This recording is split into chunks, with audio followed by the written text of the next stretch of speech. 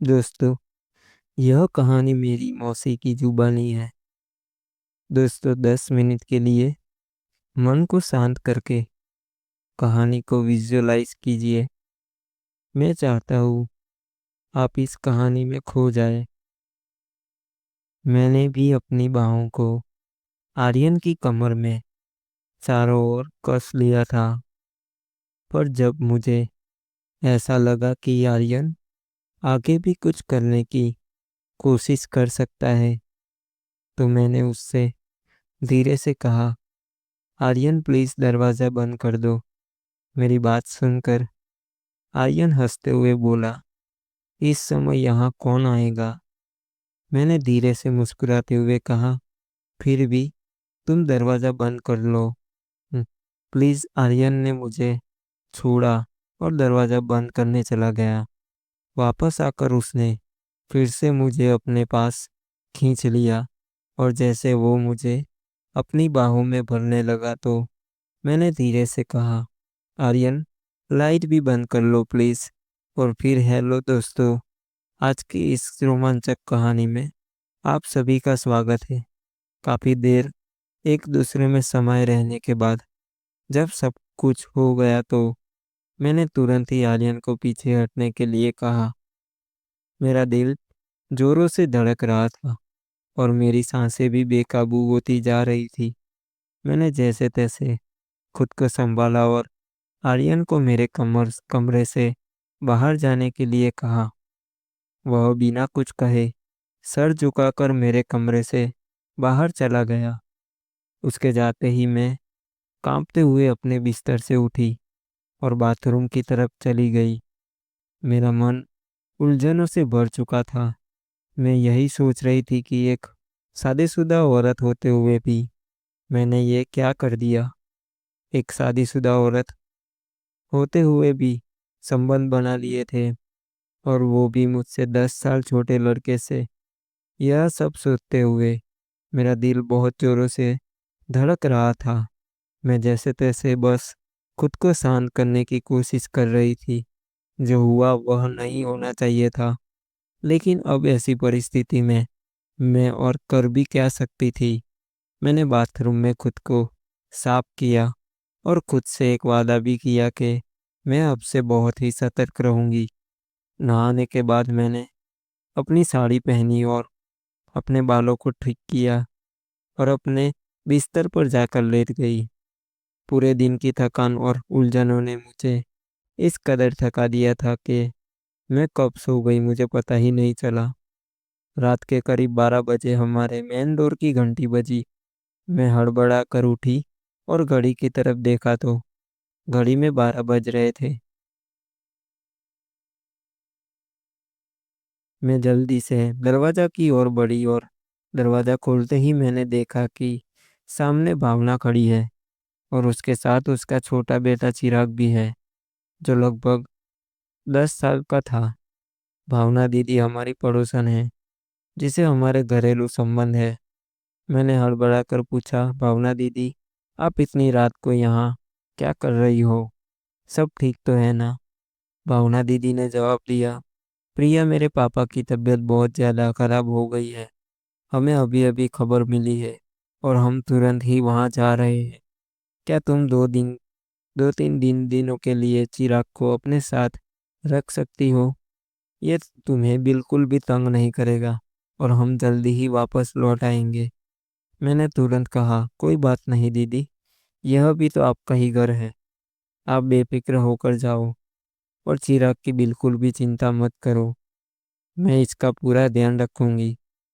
भावना दीदी चिराग को मेरे पास छोड़ दिया और जल्दबाजी में चली गई।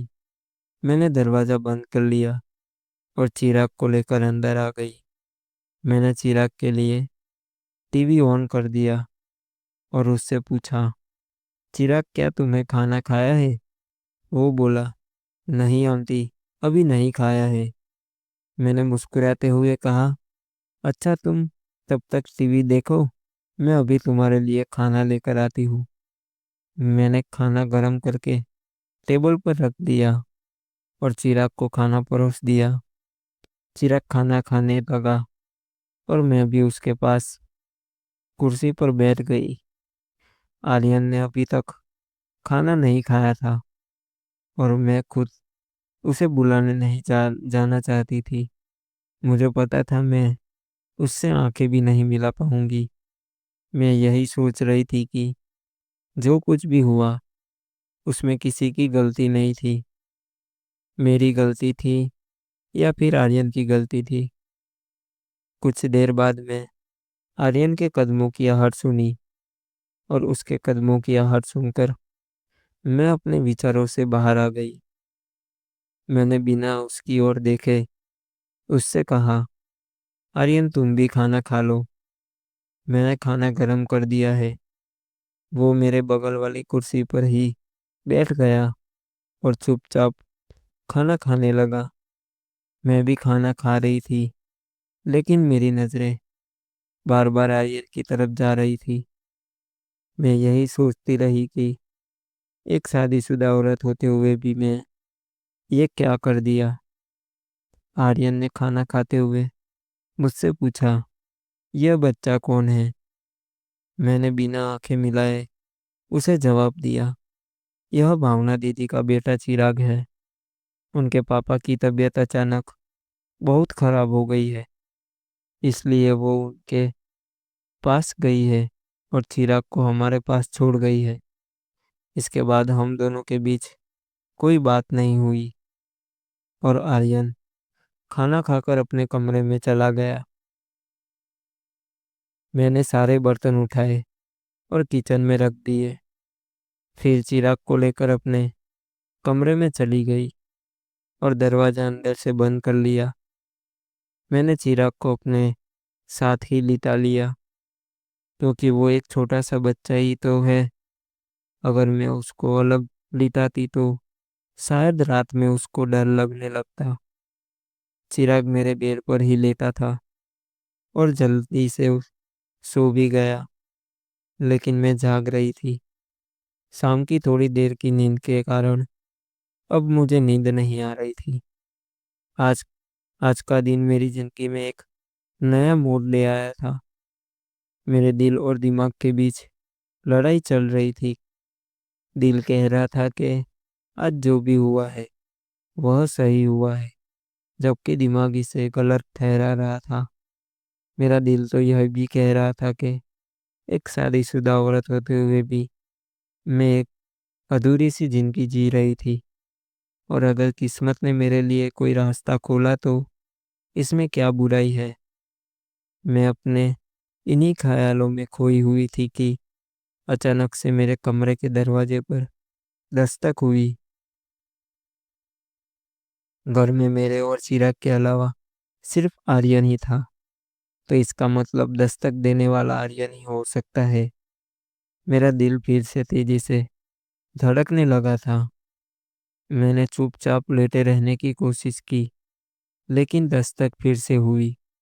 मैं यही सोच रही थी कि कहीं चिराग जाग न जाए, और यही सोचकर मैंने धीरे से उठकर दरवाज़ा खोल दिया। सामने आर्यन को देखकर मैं थोड़ा सा चौंक गई और उससे पूछा, अब क्या है, तुम यहाँ क्यों आए हो? आर्यन ने धीमी आवाज में मुझसे पूछा, क्या मैं अंदर आ सकता हूँ? मैंने कहा, नहीं, बिल्कुल भी नहीं, तुम जाओ यहाँ से। और इतना कहकर मैंने दरवाज़ा बंद कर दिया। मेरी सांसें तेज रही थी। मेरे दिमाग में कई सवाल उठ रहे थे। मैं सोचने लगी कि ये अंदर क्यों आना चाहता है। क्या वो फिर से मेरे साथ कुछ गलत करना चाहता है? नहीं, ऐसा नहीं हो सकता। चिराग भी तो मेरे कमरे में है, और एक बार जो गलती मुझसे हो गई वो मैं दोबारा नहीं दोहराऊंगी। अब ऐसा कभी भी नहीं होगा। लेकिन तभी मेरे दिल के कोनों से एक आवाज़ आई, तो क्या हुआ अगर ऐसा हो भी गया? आखिरकार सबकी जिंदगी में एक मौके तो आते ही हैं। अब जब एक बार सब कुछ हो ही चुका है तो अगर दोबारा भी हो जाए तो क्या फर्क पड़ जाएगा?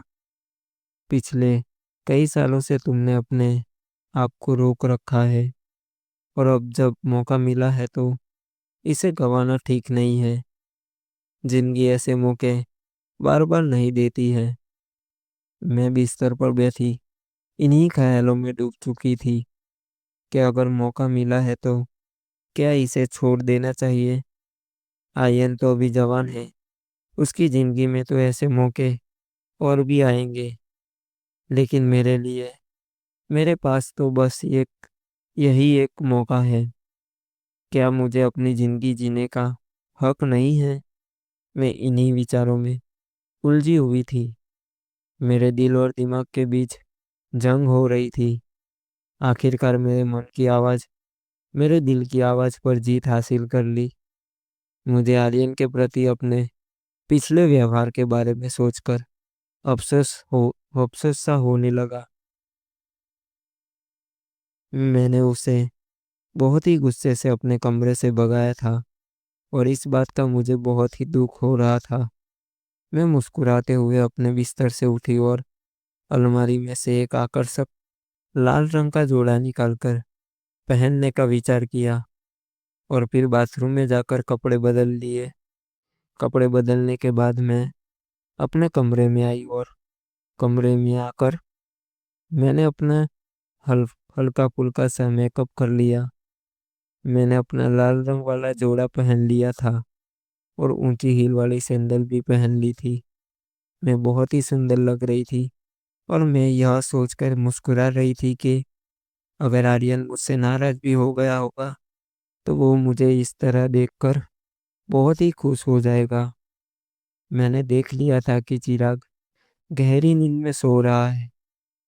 मैंने धीरे से अपने कमरे की लाइट बंद कर दी और दरवाजा बंद करके सीढ़ियों से ऊपर चली गई। मेरा दिल जोर जोर से धड़क रहा था। जब मैं ऊपर पहुंची तो मैंने देखा कि आर्यन के कमरे में दरवाजा खुला हुआ है और अंदर से हल्की हल्की रोशनी बाहर आ रही है। जब मैंने अंदर जाकर देखा तो आर्यन वहां नहीं था। तब तक मुझे पीछे से किसी के कदमों की आहट सुनाई दी। जब मैंने मुड़कर देखा तो वहां आर्यन खड़ा था। जब आर्यन मेरे करीब आया तो मैंने झिझकते हुए पूछा, तुम अभी तक सोए क्यों नहीं? आर्यन ने आगे बढ़कर मेरे एक हाथ को अपने हाथ में थाम लिया। उसकी से मेरे दिल की धड़कनें और तेज हो गई थी। आर्यन ने मुस्कुराते हुए कहा, मुझे यकीन था कि आप मेरे पास जरूर आओगी। और इतना कहकर उसने मुझे अपनी तरफ खींच लिया। मैं बिना किसी प्रतिरोध के उसके पास चली आई। आर्यन ने मुझे अपनी बाहों में भर लिया था और उसकी इन नज़दीकियों से मुझे एक अजीब सा सुकून महसूस हो रहा था। मैं आर्यन के सीने में अपना चेहरा छुपा लिया और धीरे से बोली, आर्यन मुझे बहुत डर लग रहा है। मेरी यह बात सुनकर आर्यन ने मुझे और भी ज्यादा प्यार से अपनी बाहों में कस लिया और पूछा, डर किस बात का लग रहा है? मुझे उस बार उसकी बाहों में बहुत असहज महसूस हो रहा था, लेकिन एक अजीब सा आकर्षण भी महसूस हो रहा था। मैंने धीरे से कहा, कोई हमें देख ना ले। आर्यन ने भी धीरे से कहा, यहाँ है ही कौन जो हमें देखेगा। आर्यन ने मुझे अपनी बाहों में कस लिया, लेकिन मैंने हिम्मत जताकर कहा, आर्यन अभी नहीं, यहाँ नहीं। आर्यन मेरे संकेत को समझ गया और वो मेरा हाथ थामकर मुझे अपने कमरे की ओर ले गया। जब मैं कमरे में पहुंची तो मेरी धड़कन और तेज हो गई। कमरे में पहुंचते ही आर्यन लाइट जलाई और फिर धीरे से मुझे अपनी बाहों में भर लिया। मैंने अपनी पीठ को अर्जुन के सीने से सटा दिया। हालांकि मैं अभी भी थोड़ा सा घबराई हुई थी, लेकिन आर्यन के सीने से लगकर मुझे थोड़ा सा सुकून मिल रहा था। उसने धीरे से मेरी गर्दन पर अपना सिर रख दिया, जिससे मेरा दिल जोरों से धड़कने लगा। आर्यन ने अपनी प्यारी सी आवाज में कहा, आज तो आपका हुस्न कुछ खास ही लग रहा है। आर्यन के होठ मेरी गर्दन पर और उसका एक हाथ धीरे धीरे मेरी कमर के आसपास घूम रहा था। इसकी इस नज़दीकी का एहसास मुझे पागल कर रहा था, लेकिन मैं खुद को काबू करने की कोशिश कर रही थी। मैंने यह सब पहले कभी भी महसूस नहीं किया था। आर्यन ने मुझे चूमते हुए कहा, आपकी खूबसूरती ने तो मुझे घायल ही कर दिया है। फिर उसने अपने हाथ में पकड़े हुए ग्लास को मेरे होठों के पास ले जाकर कहा, इसमें जो भी है वो थोड़ा सा पी लो। मैंने उसे मना करते हुए कहा, नहीं आर्यन, मैंने पहले कभी भी नहीं पी है। और यह कहकर मैंने ग्लास को अपने होठों से दूर की कर दिया। उसकी मीठी बातों से मेरी सारी हिचकिचाहट दूर हो गई और आर्यन ने जैसे ही ग्लास को फिर से मेरे होठों के पास लाया तो मैंने कुछ घूंट ले लिए। शुरुआत में मुझे उसका स्वाद थोड़ा कड़वा सा लगा, लेकिन कुछ और घूंट पीने के बाद इसका स्वाद मुझे अच्छा लगने लगा था। इस दौरान आर्यन एक हाथ से मेरे कंधे को हल्के से छूते हुए धीरे धीरे ग्लास में मौजूद सारी शराब मुझे पिलाता रहा। थोड़ी देर में देखते हुए बोला, आज तो आप बहुत ही सुंदर लग रही हो। इन हाई हील्स में आपके नाजुक पैर बहुत सुंदर लग रहे हैं। अब धीरे धीरे मुझे भी शराब का असर होने लगा था।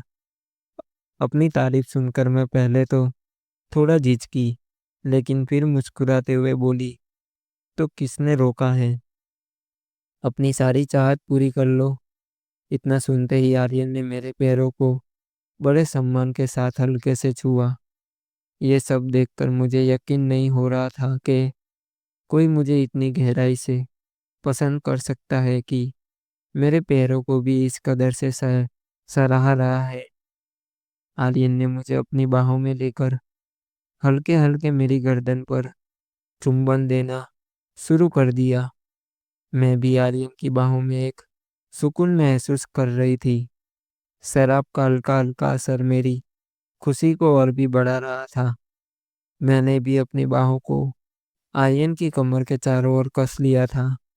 पर जब मुझे ऐसा लगा कि आर्यन आगे भी कुछ करने की कोशिश कर सकता है, तो मैंने उससे धीरे से कहा, आर्यन प्लीज दरवाजा बंद कर दो। मेरी बात की आ मेरी बात की आर्यन आगे भी कुछ करने की कोशिश कर सकता है। तो मैंने उससे धीरे से कहा, आर्यन प्लीज दरवाजा बंद कर दो। मेरी बात सुनकर आर्यन हंसते हुए बोला, दी इस समय यहाँ कौन आएगा। मैंने धीरे से मुस्कुराते हुए कहा, फिर भी तुम दरवाजा बंद कर लो ना प्लीज। आर्यन ने मुझे छोड़ा और दरवाजा बंद करने चला गया। वापस आकर उसने फिर से मुझे अपने पास खींच लिया और जैसे वो मुझे अपनी बाहों में भरने लगा, तो मैंने धीरे से कहा, आर्यन लाइट भी बंद कर लो प्लीज। लाइट बंद होने के बाद हम दोनों एक दूसरे में समा गए और सारी रात ऐसे ही गुजर गई। अब मैं अपनी जिंदगी में खुश थी कि मुझे अकेले इतनी बड़ी जिंदगी नहीं गुजारनी पड़ेगी। कमेंट करके ज़रूर बताइएगा कि आपको ये कहानी कैसी लगी। अगर आपको ये कहानी पसंद आई तो इस कहानी को लाइक करें और अपने दोस्तों के साथ भी शेयर करें। आगे भी ऐसी रोमांचक कहानियों के लिए हमारे चैनल को सब्सक्राइब करें और बेल आइकन दबाना ना भूलें। धन्यवाद।